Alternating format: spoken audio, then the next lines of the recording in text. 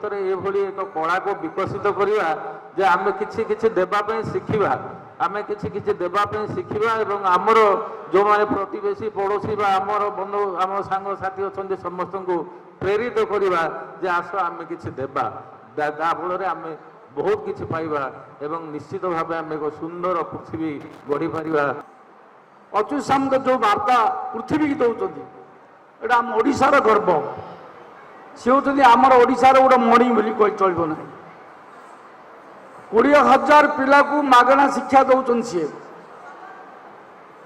40,000 पिला को आदिवासी हरिजन गिरिजन विभिन्न पहाड़ पर्वत से आनी उच्च शिक्षा देला पर्यंत से कलेज निज कलेज पाठ पढ़े मनुष्य करवाटा सहज ना आर्ट ऑफ गिविंग ताकू शिक्षा कथा उत्सर्गीकृत जीवन सबुबले आह्वान दौले विवेकानंद जी जितेबल जार भी किसी असुविधा पड़ो ताकू सहयोग करने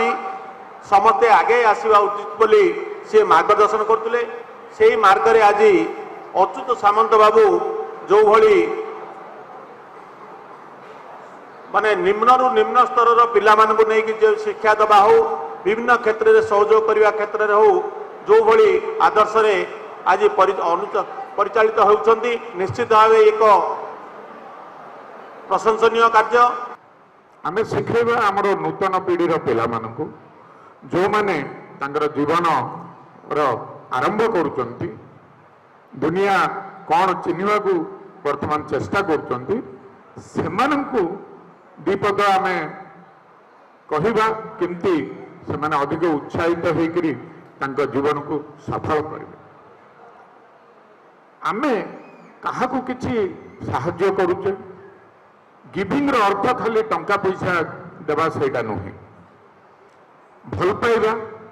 काहाकू साहाय्य करवा कार स्वास्थ्य सेवा करवा विभिन्न प्रकार जिनस अच्छी जोटा गिविंग देबारे अंतर्भुक्त अछि। ये दान दर्शन नूतन उद्भावन कि आविष्कार नुहे यह मनुष्यर अंत प्रवृत्ति जहाँ चिरंतन और शाश्वत तार जागरण और प्रतिफलन निज भीतर देवत्वर संधान और विकिरण मध्य आर्ट ऑफ गिविंग आधार होती निस्वार्थपर दान माध्यम समाज सुख शांति प्रीति और खुशी वितरण